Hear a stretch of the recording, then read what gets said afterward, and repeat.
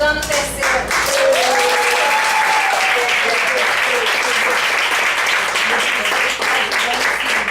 Eram bem vocês, hein? Atos 2. Eu vou sentar e vou ouvir. Nós dividimos Atos 2 em duas partes.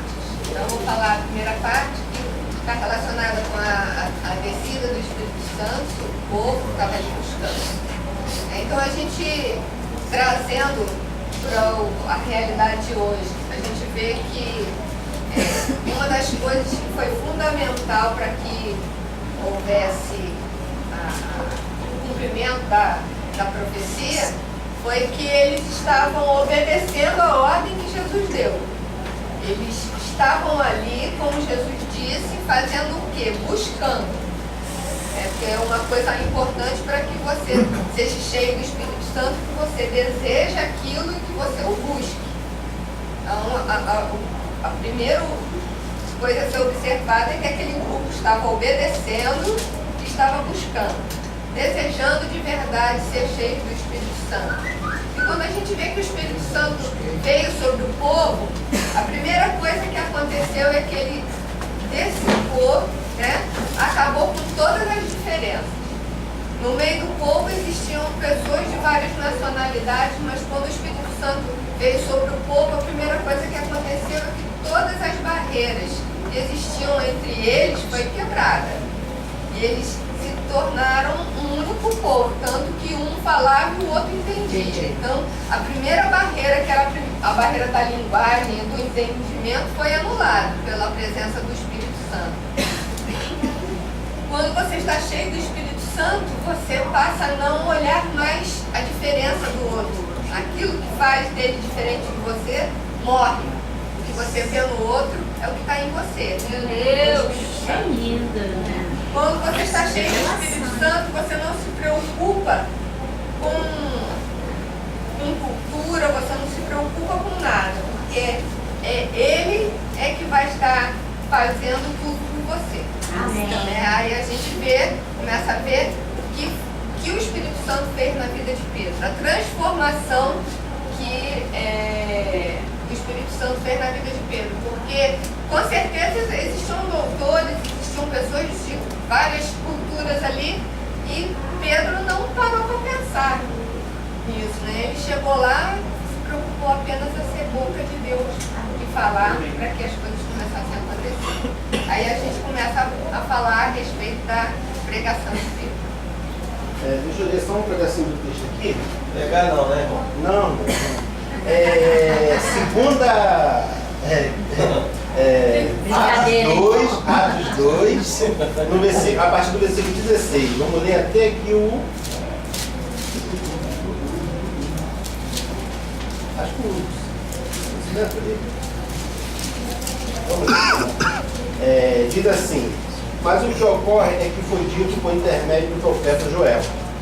E acontecerá no último dia, diz o Senhor, que derramarei do meu espírito sobre toda a carne, e vossos filhos e vossas filhas profetizarão, e vossos jovens terão visões, e sonharão vossos velhos. Até sobre os meus servos e sobre as minhas servas derramarei do meu espírito naqueles dias, e profetizarão. Até que essa pregação de Pedro, até mesmo para que nós venhamos ter uma boa pregação, nós temos que estar cheio do Espírito Santo. Amém. Porque tudo aquilo aconteceu, como a irmã falou, porque os apóstolos estavam no lugar certo, no local determinado e obedecendo uma ordem, buscando o que o Senhor Jesus falou que ia vir sobre ele, o Espírito Santo. Então, para que nós venhamos ter palavra de vida, palavra de ânimo, palavra de saúde para o povo, nós precisamos também estar cheios do Espírito Santo. Amém. Porque senão nós vamos abrir a nossa boca, mas não vamos profetizar. Vai amaldiçoar, né? Porque nós iremos abrir a nossa boca, mas o que nós podemos falar é qualquer coisa, menos abençoar o povo.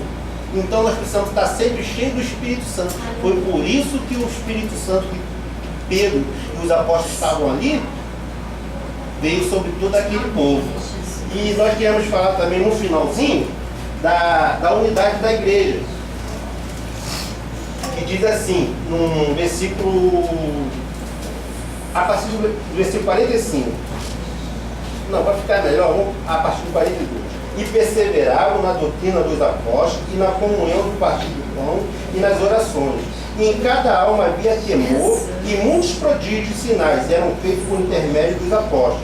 Todos que creram estavam juntos e tinham tudo em comum. Vendiam suas propriedades, bens, distribuindo produtos entre todos à medida que alguém tinha necessidade. Diariamente perseveravam unânimes no templo.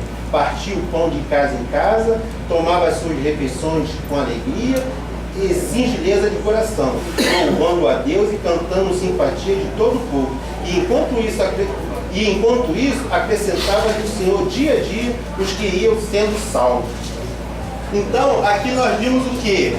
Que naquela igreja nós precisaríamos imitá-la, mas muitas das vezes nós não, por várias questões, nós não conseguimos imitar. Naquela época não haveria necessitado no meio da igreja. Por quê? Porque o de um era de todos e o de todos era de um só.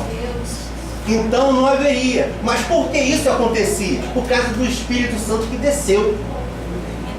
Se o Espírito Santo não desce, não há unidade. Se o Espírito Santo não desce, não há remissão de pecado. Se o Espírito Santo não desce, não há arrependimento, não há caridade, não há nada. Um amor, né? Nós precisamos, como Meu Deus.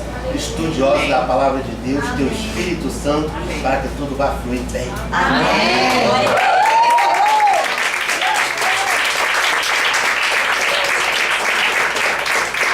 Tá cheio, tá cheio. Glória. Glória a Deus. A paz para todos. O assunto que nós vamos abordar está em Atos, capítulo 3.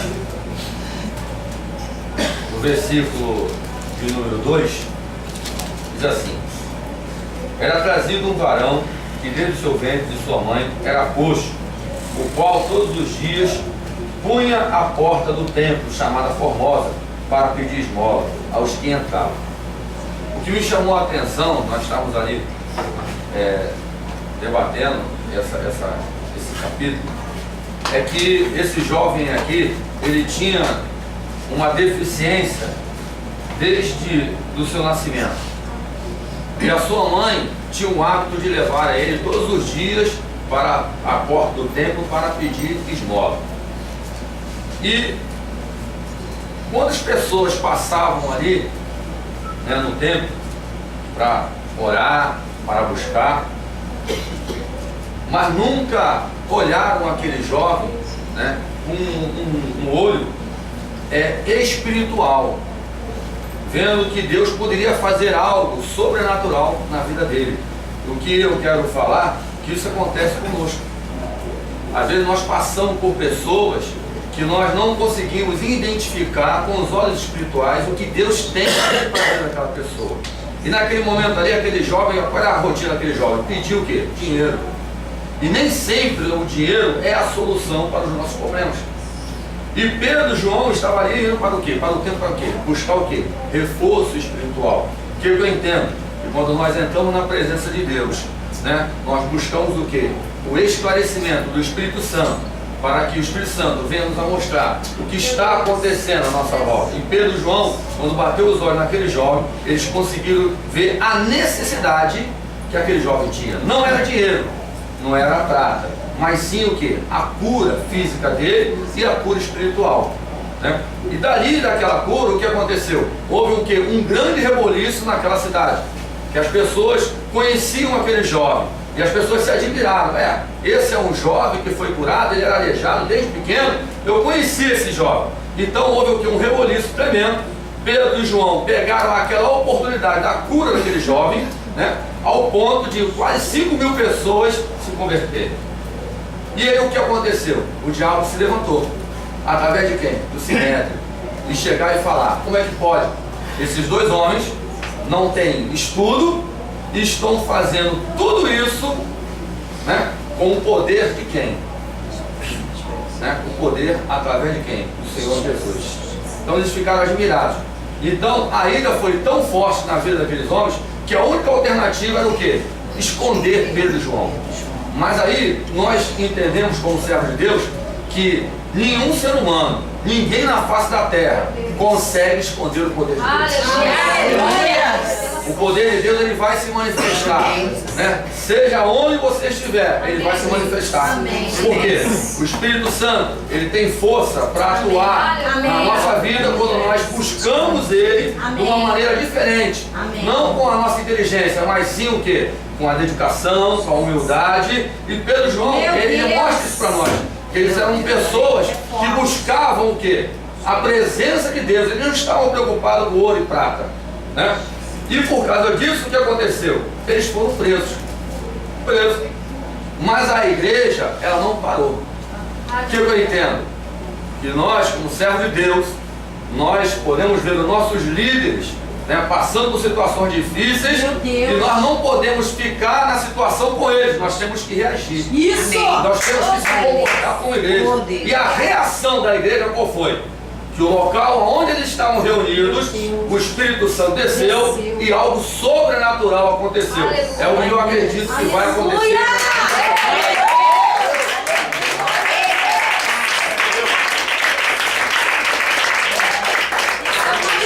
Agora, você não precisa de mim,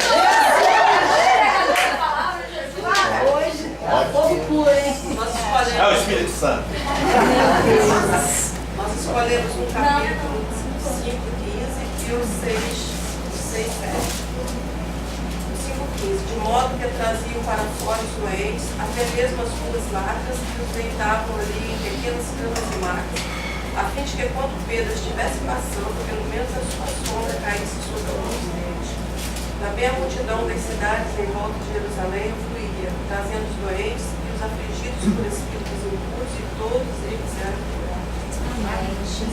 E o 6:7. Consequentemente, a palavra de Deus crescia e o número dos discípulos multiplicava-se grandemente em Jerusalém, e uma grande multidão de sacerdotes e pessoas assim obedientes à fé. Então a gente entendeu que sobre o poder do Espírito Santo, né? Que a palavra diz que receberíamos poder ao descer sobre nós o Espírito Santo. E que há algo acontecendo na nossa geração. Parece que o nosso poder sobre nós, o poder que nós estamos tendo, está pequeno, né? Mediante o poder que a palavra nos dá, né? Que fazia com que até a sombra de Pedro curasse, né? E que crescia, a igreja crescia. Nós não estamos, porque o Espírito Santo que convence a pessoa do pecado. Parece que nós estamos com toda força, que não estamos convencendo, né? E não estamos com o poder do Espírito Santo, como a palavra nos dá. Então, estamos fortes nesse momento. Aleluia!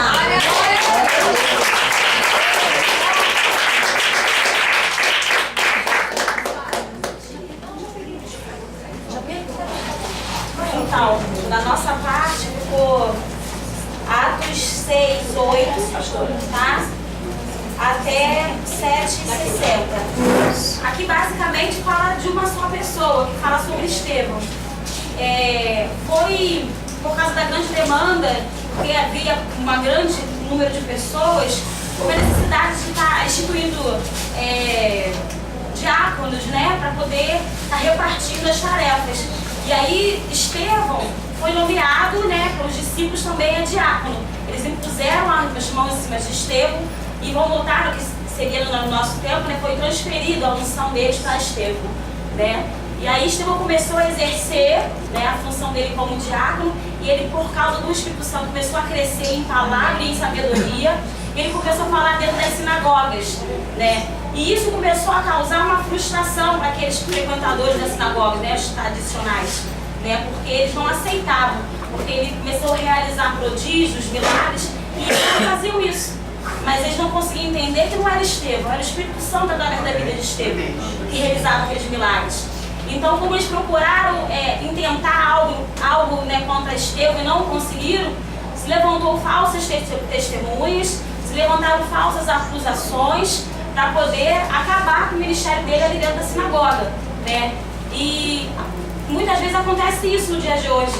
em vez de a gente ficar feliz porque alguém está sendo usado por Deus, ao contrário, gera um espírito de inveja. Meu Deus! Né? Então, nos dias de hoje acontece muito. Morte, Né? Mas é falta de entendimento, né, de muitos, não entender que não é a pessoa, mas é Deus através daquela pessoa. Né? Então, eles inventaram esses falsos testemunhos, acusaram Estevão, levaram Estevão até, né, as autoridades. E quando Estevão começa a falar sobre a defesa dele, em momento nenhum ele se defende.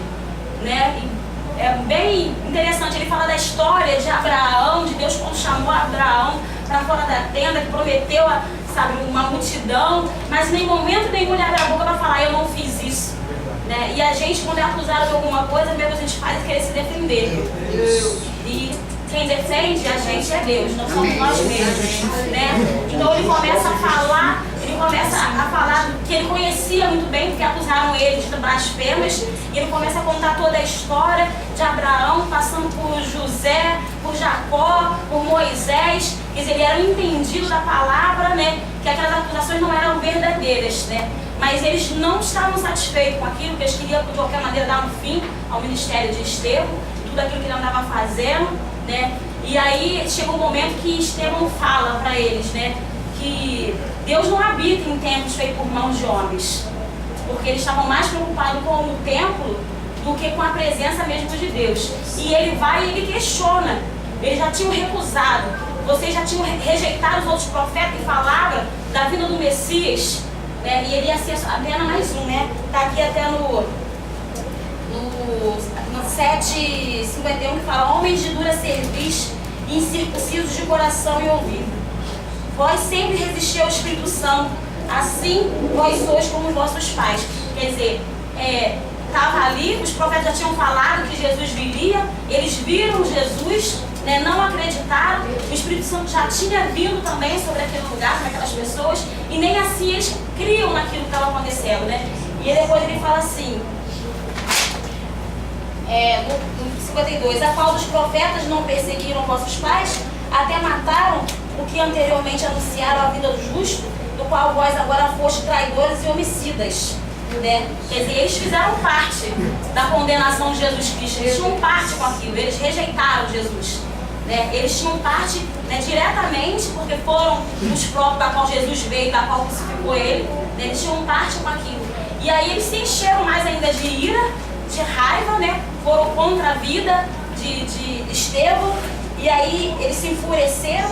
E aí uma coisa que me chamou a atenção foi que eles condenaram Estevão, apedrejaram Estevão, mas na última palavra dele, ele fala assim: e pondo-se de joelho, clamou com grande voz: Senhor, não lhe imputes este pecado. E tendo dito isso, adormeceu.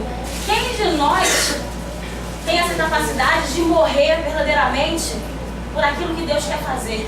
E ainda na hora que está morrendo, pedir para que Deus não coloque sobre ele aquele pecado?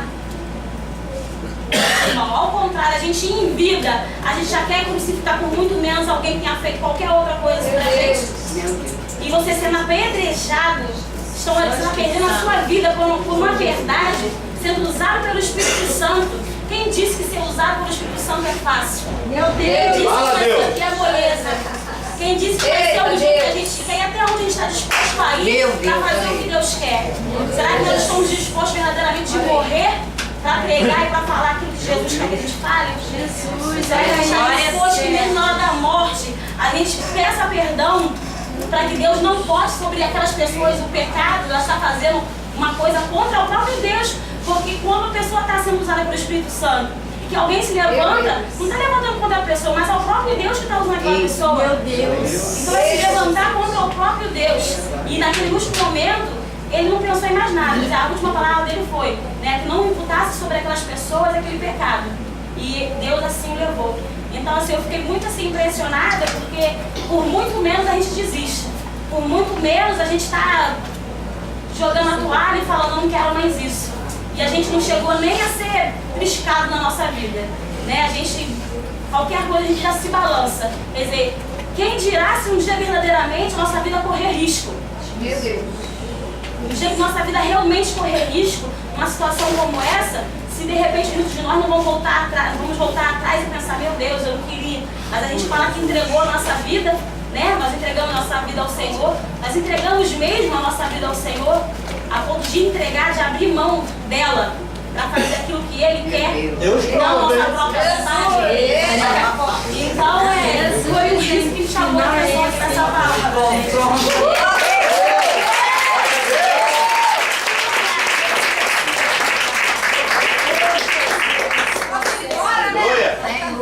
Tá ligado? Estou liberada, posso embora. Eu também. Desceu fogo aí, irmã. Hein, velho? Resumiu todas as aulas. Resumiram tudo, né? Resumiram tudo. Eu vou passar um pedacinho daquele vídeo da semana passada, uma outra parte. O pessoal estava pedindo aí para ver, né? É forte. Mais um pedacinho está em inglês, então, por favor, eu vou comprar a tradução em nome de Jesus. Tem legendada, tem dublado, mas eu ainda não consegui comprar, vou tentar comprar. O vídeo As Transformações da Caxiniza. Deixa eu ver.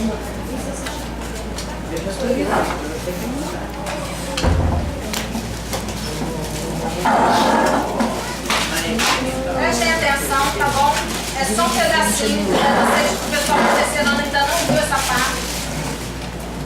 Só pra gente fechar hoje o vídeo. Vê se tá o som aqui, por favor. James Ariak sees himself as a spiritual descendant of Ongwetizewak and a spiritual disciple of John Turner. The planting of the word occurred into our parents, and our parents, through the planting of the seed, bore fruit.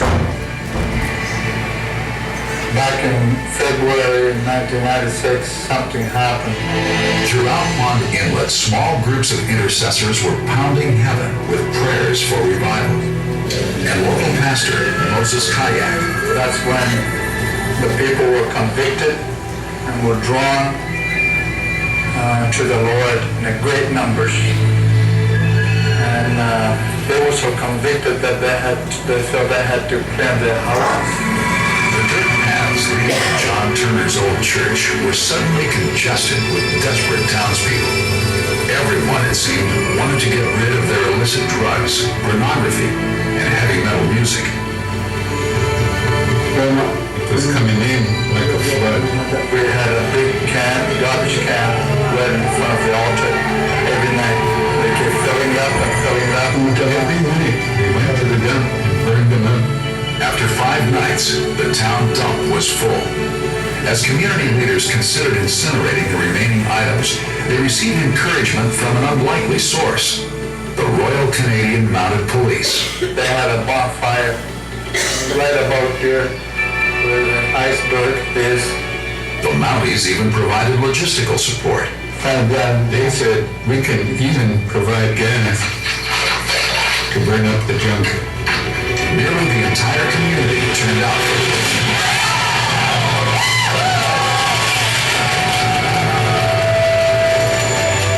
According to the RCMP, the value of illicit property destroyed during the revival was a staggering $80,000 to $100,000. It was a deep repentance. The Holy Spirit Himself was speaking to them. The whole community was completely transformed. The afterglow of this momentous occasion warmed hearts for months to come. But it also hinted at a fire yet unrealized. A fire so remarkable, it would be talked about half the world away. I felt very punctual. It happened in the middle of winter, February 28th, 1999. Believers had gathered for a week of revival meetings at the Anglican Church. Hungry for God and troubled by new reports of community drug use, they decided to add a special Sunday afternoon youth service. Among those leading the meeting were Pastor Moses Kayak and his ministerial colleagues Joshua and James Ariak, all great-grandsons of the original lightkeeper, Ongwetizewak. An invitation was offered for youth who felt they wanted to come closer to God. Worship leader Louis Ariak was praying over the youth that had gathered around the altar. I felt so close to God, and He kept giving me this verse that says, Blessed are the pure in heart, for they will see God. Something started to happen that was out of our control. This noise that was coming. Yeah, it started softly, like you can barely hear it. A dual cassette deck used to record the service was still running off the soundboard. Right away, I wanted to stop. But it kept getting louder, and I started to notice that people were kind of getting a little nervous. So strong, so strong.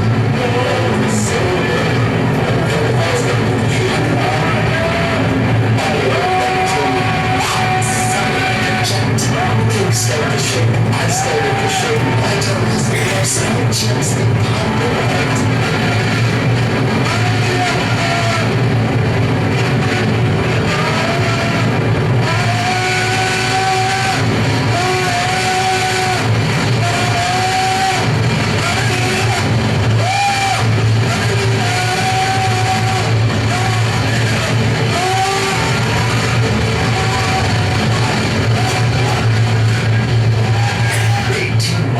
After this extraordinary visitation, it was evident the moment still had power.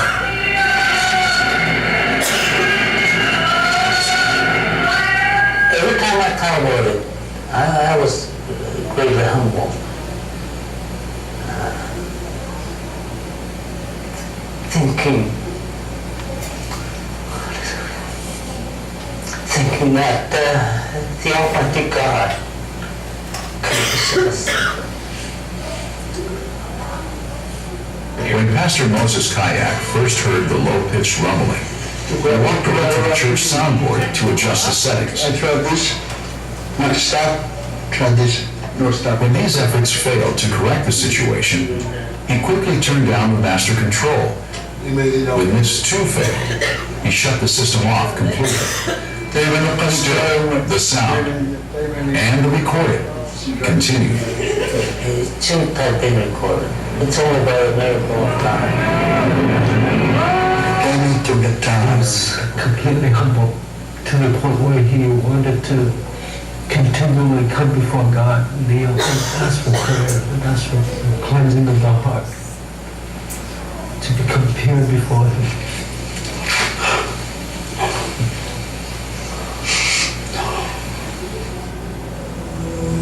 The same Holy Spirit.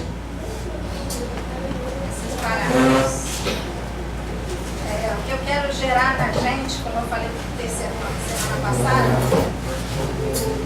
é que o Espírito Santo ele desceu em Atos dos Apóstolos, né? Foi o começo da presença do Espírito Santo no meio do povo.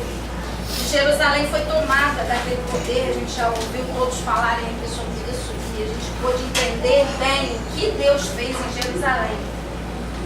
Mas, como eu falei semana passada, eu quero gerar em nós o desejo pelo avivamento. E como desejar o avivamento se a gente só se reporta a Pentecostes porque aconteceu lá? Mas a gente precisa entender que Deus tem feito Pentecostes acontecer em cada geração.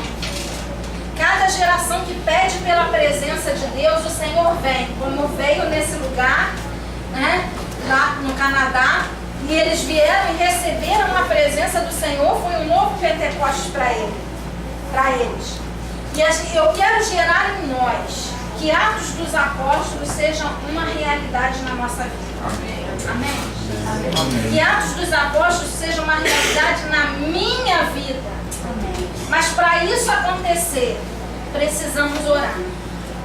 Não existe Pentecostes sem desejo pelo Espírito Santo, sem desejo pela presença de Deus. Não existe novos Atos dos Apóstolos sem a presença do Espírito Santo de Deus na vida da gente. Aí a gente vai dizer, o Espírito Santo está em mim, Beth. Mas o poder do Espírito Santo está em você? O poder do Espírito Santo está fazendo acontecer, como a gente ouviu aqui os irmãos falarem? Coisas acontecem quando o Espírito Santo está em nós. O poder dele, a dinamite dele atingindo a nossa vida vai fazer acontecer. E um novo avivamento avivamento vai acontecer em Jerusalém. Eu profetizo. E onde é a nossa Jerusalém?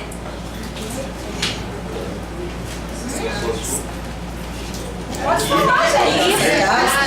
É isso aí. Começa em nós, na nossa casa. Eu tenho profetizado que Nova Iguaçu será uma nova Jerusalém. Novas águas, né? É Nova Iguaçu. Será uma nova Jerusalém. Mas eu quero desafiar você a orar e pedir o avivamento. Amém, Deus. Como eu tenho clamado pelo avivamento, eu quero desafiar você a clamar pelo avivamento. O avivamento começa em você, em mim. Não existe avivamento sem começar em mim. Como as pessoas choravam pela presença de Deus e buscando, eu olho isso ali e eu fico, Senhor, é isso que a gente precisa. Que os nossos pecados sejam tomados pelo Senhor em arrependimento. E haja mudança. A gente não vai ter mais vontade de falar do outro. A gente não vai ter mais vontade de estar no meio de conversinhas fiadas. A gente não vai ter mais vontade de fazer coisas que a carne pede. Mas o Espírito Santo vai fazer algo tremendo. Amém, Deus, eu creio. Em nome de Jesus. Porque eu creio nisso. Eu profetizado sobre isso. Amém. Quando eu cheguei nessa igreja, eu comecei a profetizar sobre isso. Amém. E eu sei que Deus vai fazer. Mas cabe a você, começar esse avivamento. Amém? Eu quero em nome de Jesus que assim como aconteceu em Jerusalém, aconteça na sua vida. Não existe avivamento sem mudança de vida. Não existe avivamento sem mudança de visão. Não existe avivamento sem transformação na gente. Então, Deus quer agir na sua vida e através da sua vida. A gente viu isso ali, ó. O Espírito Santo desce. Meu Deus. E aí começam a acontecer coisas. Coisas que as pessoas não esperam. Eu não tenho prata nem ouro, mas o que eu tenho te dou. Levanta e anda. Né? Eu não tenho nada de bom, mas eu te dou isso aqui. Eu não posso deixar de falar daquilo que eu tenho visto e ouvido. O Espírito Santo desce, tem que acontecer alguma coisa. Se não está acontecendo alguma coisa, tem alguma coisa errada. É com o Espírito Santo? Não. É conosco, amém? A gente precisa buscar isso. Eu desafiei semana passada e eu continuo desafiando hoje. E se o segundo ano está aqui, é porque Deus mandou vocês estarem aqui. Não é à toa. Amém? Amém? Não é à toa que vocês ficaram aqui no segundo tempo. Não é à toa que tudo acontece. Porque Deus queria que vocês ouvissem isso. Mas vai para a tua casa e vai buscar Deus. Eu sei o preço que eu estou pagando para poder passar isso para vocês. Eu sei o preço que eu estou pagando. Se você está pagando, eu estou pagando mais. Se você está pagando, eu estou pagando mais. Porque as dores têm sido tão grandes que eu chego da igreja quase não consigo andar. Guerra, né? Então, o preço que a gente paga é pouco diante daquilo que o preço que Cristo quer que a gente pague. Não é porque Cristo morreu na cruz que eu não tenho preço a pagar. Engano seu se você pensa isso. Existe um preço a pagar pelo Evangelho. O pastor Marcos sempre diz que o reino se conquista com esforço. Então, se eu pago o preço, nós precisamos pagar. É com lágrimas. É com choro, com lágrimas de arrependimento e de mudança. Então, muito mais do que lágrimas, meu Deus, é o verdadeiro arrependimento. É o que Deus quer da gente. Tem líder aqui? Amém. Se tem líder aqui, algo novo vai acontecer. Em nome de Jesus. Se você está nesse lugar que algo novo Deus vai te usar para fazer nessa vida. Amém? Amém. Você quer falar, Sérgio? Domingo à noite eu fui na Igreja Batista, a minha ex-igreja, antes de eu vir para cá. E lá o pastor lá, ele é professor de seminário. Então a gente está sempre conversando. Aí ele falou uma vez que todo seminarista, quando Deus tem algo na vida dele, quando ele começa a fazer o seminário, ele tem um preço para pagar. Ele não vai passar pelo seminário sem pagar o preço. Porque Deus quer ver dele esforço. Deus quer ver da gente esforço, continuidade. Mas eu quero profetizar sobre a tua vida que muito mais do que que a letra que você aprende aqui é o verdadeiro poder do Espírito Santo para atuar na tua vida. Que a letra mata, mas quando a letra está junto com o Espírito, ela vivifica. Então o Espírito Santo vai vivificar a tua vida bastante. E se você sair daqui da mesma forma que entrou, meu irmão, Deus vai te pegar na rua. Meu Deus, hein? Deus vai te pegar na rua, porque eu tenho orado para Deus pegar cada um na curva que não está nem aí para Deus. Muda essa oração, Muda não. Te pegar na curva, não é te correr, não. Te pegar na curva para chegar junto dele. Deus vai te trazer junto dele na curva. Se você não atinar para aquilo que Deus está falando de ti. Da mão do inimigo, Deus tira, mas da mão de Deus. Deus ninguém tira. Ninguém tira, é verdade. Recebe aí, Terra. Quero dar aviso pro segundo ano. Tem dias que eu não durmo. Porque esta mulher falou, Deus não vai deixar você dormir. Olha, eu viro de um lado, eu viro do outro, tô hiper cansado, de cabeça pra baixo, vou dormir enquanto eu não moro. Meu Deus, olha isso. Cuidado com essa mulher. Muito mais do que você não dormir, sou eu não dormir. Porque muitas vezes eu rolo na minha cama a noite inteira só orando. E Deus fica, eu quero você orando, eu quero você orando. E o Senhor morreu. Tá dando não.